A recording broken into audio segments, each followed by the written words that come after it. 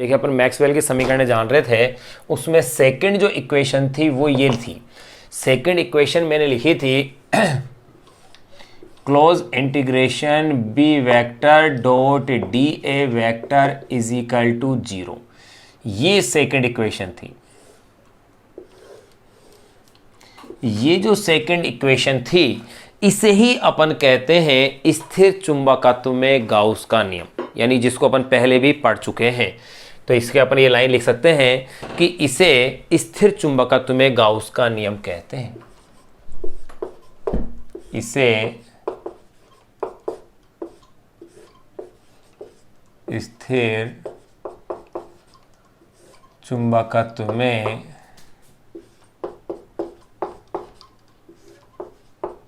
Gauss का नियम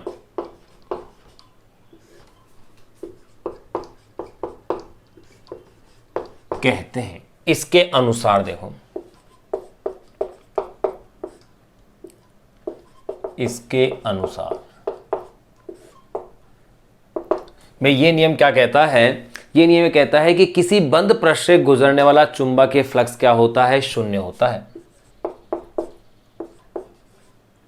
किसी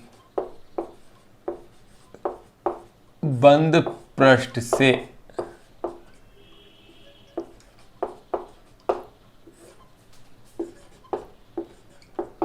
गुजरने वाला चुंबकीय फ्लक्स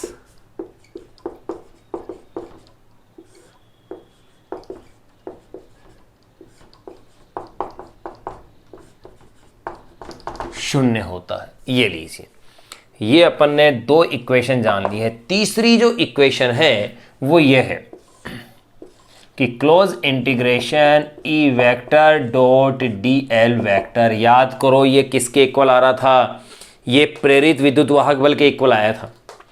यानी कि इसे इस तरह से इस इक्वेशन का रूप दिया गया है डी फाई बी अपॉन में डी टी, यानी चुंबकीय फ्लक्स में परिवर्तन की दर, और यह विद्युत चुंबकीय प्रेरण में फैराडे का नियम है। ये तीसरी इक्वेशन है मैक्सवेल की।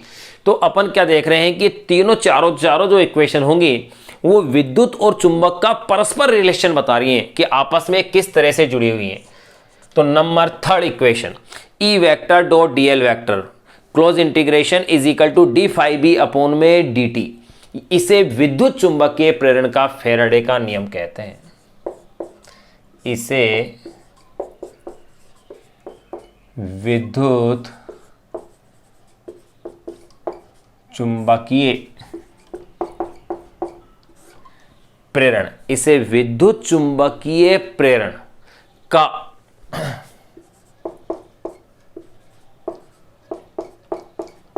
का फैराडे का नियम कहते हैं। यह नियम यह कहता है कि चुंबकीय फ्लक्स में परिवर्तन की जो दर है वो प्रेरित विद्युत वाहक बल, क्योंकि ये पूरी राशि प्रेरित विद्युत वाहक बल को क्या करती है? व्यक्त करती है।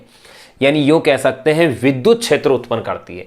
यानी विद्युत चुंबकीय प्रेरण का जो फैराडे का नियम है, ये जो समीकरण है मैक्सवेल की तीसरी, ये समीकरण ये स्पष्ट कर रही है कि चुंबकीय फ्लक्स में परिवर्तन से विद्युत क्षेत्र की क्या हो रही है? उत्पत्ति हो रही है। तो देखो मैंने ये लिखा है, इसे विद्युत चुंबकीय प्रेरण का फैराडे का नियम कहते हैं। इसके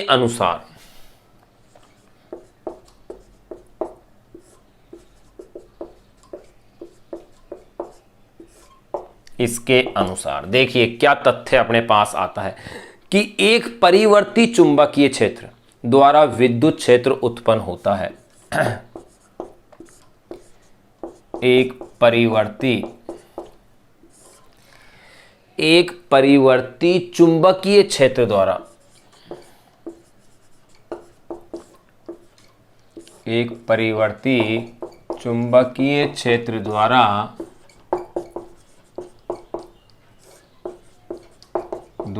विद्युत क्षेत्र उत्पन्न होता है। ये इससे निष्कर्ष अपने पास आता है। फिर फोर्थ और लास्ट जो इक्वेशन है मैक्सवेल की, चौथी और लास्ट जो समीकरण अपने पास आई थी, वो समीकरण ये है। बंद समाकलन के रूप में B vector dot d l vector is equal to mu not, ये एम्पियर की जो समीकरण थी, इस एम्पियर के समीकरण को इस तरह से संशोधित किया था, I प्लस आई डी यहां लिख दिया था। या इसी समीकरण को ऐसे भी लिखाते हैं, यहां पर I तो थी चालन धारा और ID थी यहां पर विस्थापन धारा, यानी कि एम्पियर का नियम के अंदर यहां केवल ये I था, इतना था एम्पियर का नियम, इसी में प्लस क्या कर दिया है, ID कर दिया है, और यही समीकरण बन गई है एम्पियर मैक्सवेल समीकरण। यानी इस समीकरण को यूं लिख दें, B vector dot d l vector is equal to mu not. फिर देखो आई तो आई है, आई डी की वैल्यू अपन निकाल चुके थे और ये आई थी epsilon not d phi E, यानी विद्युत फ्लक्स में परिवर्तन की दर। तो देखो यहां ये आपको ध्यान रखना है,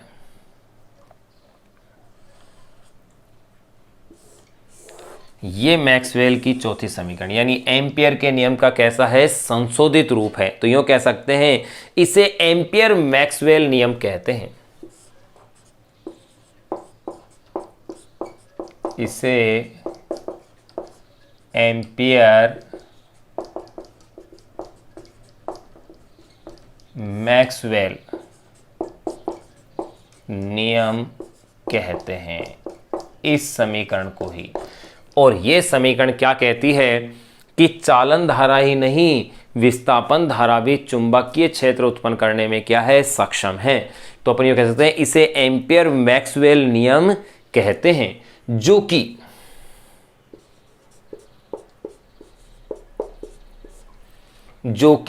मैक्सवेल द्वारा संशोधित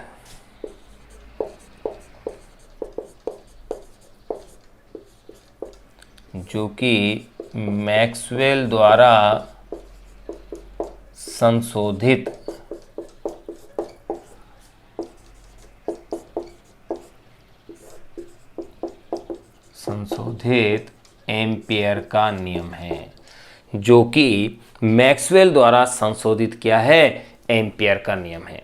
इसके अनुसार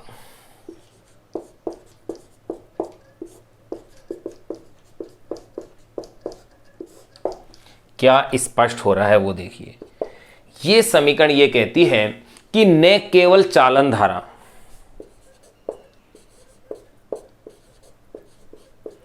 न केवल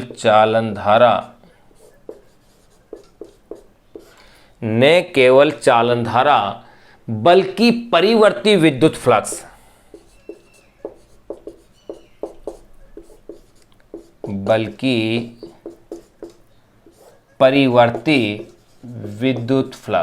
ये आप यहां देख ही रहे हैं, बल्कि परिवर्ती विद्युत फ्लक्स, न केवल चालन धारा बल्कि परिवर्ती विद्युत फ्लक्स भी चुंबकीय क्षेत्र उत्पन्न करता है। परिवर्ती विद्युत फ्लक्स भी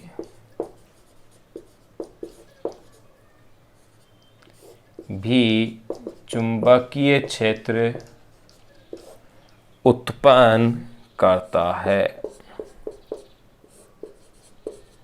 ये लीजिए, यहां अपने पास एम्पियर की ये चारों समीकरणें अपन ने कंप्लीट कर ली हैं और आप इनको ऐसे कैसे नोट कर लें और इसको याद भी रखें, इंपॉर्टेंट है। चारों ही समीकरणें एग्जाम के पॉइंट ऑफ व्यू से इंपॉर्टेंट इक्वेशंस हैं, एग्जाम के लिए महत्वपूर्ण है, कई बार पहले भी पूछा जा चुका है। अब इसके बाद नेक्स्ट जो टॉपिक अपन जिसकी चर्चा करेंगे वो है विद्युत चुंबकीय वर्णक्रम।